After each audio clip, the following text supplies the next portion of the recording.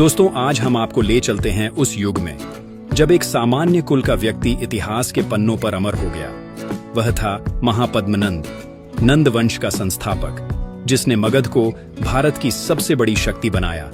एक ऐसा राजा जिसे कुछ लोग प्रथम महान शासक कहते हैं तो कुछ निर्मम योद्धा।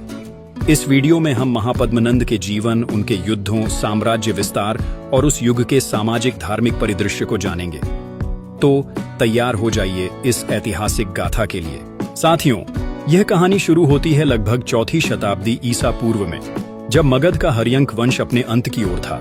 महापद्मनंद का जन्म एक साधारण कुल में हुआ था। बौद्ध और जैन ग्रंथों में उन्हें नाई या नाई ठाकुर कुल का बताया जाता है, जबकि पुराणों में उन्हें शूद्र वंश का कहा गया। उनके पिता कुछ स्रोतों के अनुसार एक नाई थे और उनकी माता एक शूद्र परिवार से थी। लेकिन कहा गया है ना कि प्रतिभा किसी की मोहताज नहीं होती। यह बात महापद्मनंद के लिए सही है। वह एक कुशल योद्धा और रणनीतिकार थे। हर्यंक वंश के अंतिम शासक नागदासक, जो कमजोर और अक्षम थे, को हटाकर महापद्मनंद ने सत्ता हथिया ली। उन्होंने मगध में महान नंद वंश की नींव रखी और पाटलिपुत्र को अपनी राजधानी बनाया। इतिहासकार रामशरण शर्मा अपनी पुस्तक हिस्ट्री ऑफ एंशिएंट इंडिया में लिखते हैं कि महापद्मनंद का सत्ता में आना सामाजिक गतिशीलता का प्रतीक था। इसका अर्थ है कि उस समय व्यक्ति अपनी प्रतिभा से किसी भी पद पर पहुंच सकता था, जबकि आगे चलकर यह संभव नहीं था कि निम्न कुल का व्यक्ति शासक बन सके। महापद्मनंद को इतिहास में एक छत्र सम्राट के रूप में जाना जाता है, जिसका अर्थ है वह राजा जो कई राज्यों को एक छत्र के नीचे लाया। उन्होंने मगध को एक विशाल साम्राज्य में बदल दिया। पुराणों में महापद्मनंद को सर्वक्षत्रांतक, यानी सभी क्षत्रियों का नाश करने वाला कहा गया है। इसी प्रकार भगवान परशुराम के बारे में कहा गया है कि उन्होंने समस्त क्षत्रियों का नाश किया। महापद्मनंद ने इक्ष्वाकु, पांचाल, काशी, हैहय, कलिंग, अश्मक, कुरु, मिथिला और शूरसेन जैसे शक्तिशाली क्षत्रिय वंशों को पराजित किया। महापद्मनंद ने कलिंग, आधुनिक ओडिशा, पर आक्रमण किया और उसे अपने साम्राज्य में मिला लिया। जैन ग्रंथ परिशिष्ट पर्वण में इस विजय का उल्लेख है। उनकी विशाल सेना, जिसमें लाखों सैनिक, घुड़सवार और युद्ध हाथी शामिल थे, उस समय की सबसे बड़ी सेनाओं में से एक थी। इतिहासकार हेमचंद्र राय चौधरी अपनी पुस्तक political history of ancient India में बताते हैं कि महापद्मनंद की सैन्य शक्ति और रणनीति ने उन्हें प्राचीन भारत का पहला साम्राज्यवादी शासक बनाया। महापद्मनंद ने न केवल युद्ध जीते बल्कि अपने साम्राज्य को संगठित भी किया। उन्होंने कर प्रणाली को मजबूत किया और व्यापार को बढ़ावा दिया। महापद्मनंद ने पाटलिपुत्र को न केवल मगध की राजधानी बनाया बल्कि इसे प्राचीन भारत का सबसे समृद्ध और शक्तिशाली शहर बनाया।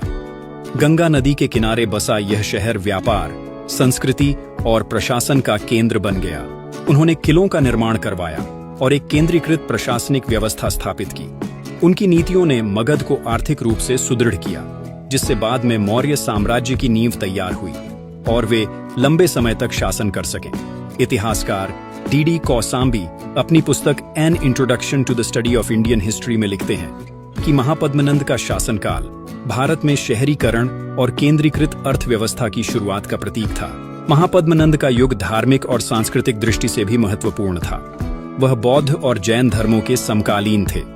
हालांकि स्रोतों में उनके धार्मिक झुकाव के बारे में स्पष्ट जानकारी नहीं है, लेकिन कुछ जैन ग्रंथ जैसे उववई सूत्र उनके जैन धर्म के प्रति समर्थन का उल्लेख करते हैं। महापद्मनंद के समय बौद्ध धर्म का प्रसार हो रहा था। उनकी राजधानी पाटलिपुत्र में बौद्ध भिक्षु सक्रिय थे और यह शहर बाद में मौर्य काल में बौद्ध धर्म का केंद्र बना। महापद्मनंद ने भी बौद्ध धर्म को संरक्षण प्रदान किया। जैन परंपराओं के अनुसार महापद्मनंद ने जैन तीर्थंकरों के प्रति सम्मान दिखाया। उनकी नीतियों ने धार्मिक सहिष्णुता को बढ़ावा दिया। इतिहासकार एल बाशम अपनी पुस्तक the wonder that was India में लिखते हैं कि महापद्मनंद का शासनकाल धार्मिक सहिष्णुता और सांस्कृतिक विकास का युग था। महापद्मनंद को इतिहास में दोहरी छवि के साथ देखा जाता है। कुछ स्रोत उन्हें क्रूर और लालची शासक बताते हैं, जो धन संग्रह और सत्ता के लिए किसी भी हद तक जा सकते थे। पुराणों में उन्हें शूद्र क्षत्रियों का नाश करने वाला कहा गया है। लेकिन दूसरी ओर उनकी नीतियों ने मगध को एक ऐसी शक्ति बनाया जिसने भारत में साम्राज्यवाद की नींव रखी। दोस्तों, कुछ भी हो, लेकिन महापद्मनंद केवल क्रूरता और लालच से इतने बड़े साम्राज्य का शासक नहीं बन सकता है। मुझे लगता है कि कुछ विशेष वर्ग के इतिहासकारों ने महापद्मनंद की इमेज धूमिल करने का प्रयास किया है। उनके शासनकाल में कर संग्रह और सैन्य संगठन की व्यवस्था ने बाद के मौर्य शासकों जैसे चंद्रगुप्त मौर्य के लिए मार्ग प्रशस्त किया। इतिहासकार रोमिला थापर अपनी पुस्तक early India from the origins to AD 13 में लिखती हैं कि महापद्मनंद का शासन सामाजिक और राजनीतिक परिवर्तनों का प्रतीक था, जहां कुल और वंश की बजाय योग्यता और शक्ति महत्वपूर्ण हो गई थी। महापद्मनंद की मृत्यु के बारे में सटीक जानकारी नहीं है, लेकिन अनुमान है कि उनकी मृत्यु 4वीं शताब्दी ईसा पूर्व के अंत में हुई। उनके बाद उनके पुत्रों, जिनमें धननंद प्रमुख थे, ने नंद वंश को आगे बढ़ाया। हालांकि नंद वंश का अंत चंद्रगुप्त मौर्य की रणनीति के कारण हुआ। महापद्मनंद की सबसे बड़ी विरासत थी मगध को एक विशाल और संगठित साम्राज्य के रूप में स्थापित करना। उनके द्वारा बनाई गई सैन्य और प्रशासनिक नींव ने मौर्य साम्राज्य के उदय को संभव बनाया। इतिहासकार नीलकंठ शास्त्री अपनी पुस्तक age of the Nandas and Mauryas में कहते हैं कि महापद्मनंद ने भारत में साम्राज्यवादी शासन की नींव रखी, जिसने मौर्य काल की भव्यता को जन्म दिया। महापद्मनंद के शासनकाल में भारत में शहरीकरण और आर्थिक विकास ने गति पकड़ी। पाटलिपुत्र एक प्रमुख व्यापारिक केंद्र बन गया, जहां गंगा नदी के रास्ते व्यापार फला फूला। उनकी कर प्रणाली और धन संग्रह की नीतियों ने मगध को आर्थिक रूप से मजबूत किया। सामाजिक स्तर पर उनका निम्न कुल से सत्ता तक पहुंचना उस समय के समाज में बदलाव का संकेत था। यह युग वर्ण व्यवस्था में लचीलापन और नए शासक वर्ग के उदय का प्रतीक था।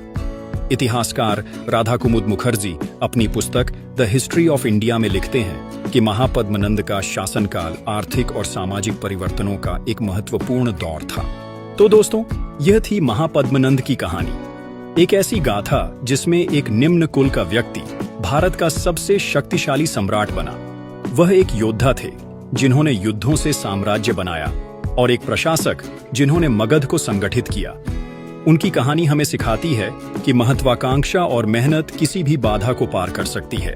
साथियों, महापद्मनंद का शासन मगध राज्य का स्वर्णिम अतीत है, लेकिन इतिहासकारों ने इसे वह स्थान नहीं दिया जो इसे मिलना चाहिए। इसका कारण महापद्मनंद का शूद्र होना हो सकता है। वहीं आगे चलकर जब मगध की सत्ता पर पुष्यमित्र शुंग का शासन आता है, तो इतिहासकार उसे प्रतापी और महान शासक की संज्ञा देते हैं। साथियों, क्या महापद्मनंद एक क्रूर शासक थे या एक दूरदर्शी सम्राट? हमें कमेंट में बताएं। अगर आपको यह कहानी पसंद आई तो लाइक करें, शेयर करें और हमारे चैनल को सब्सक्राइब करें। अगली बार हम लेकर आएंगे एक और ऐतिहासिक गाथा। तब तक के लिए नमस्ते।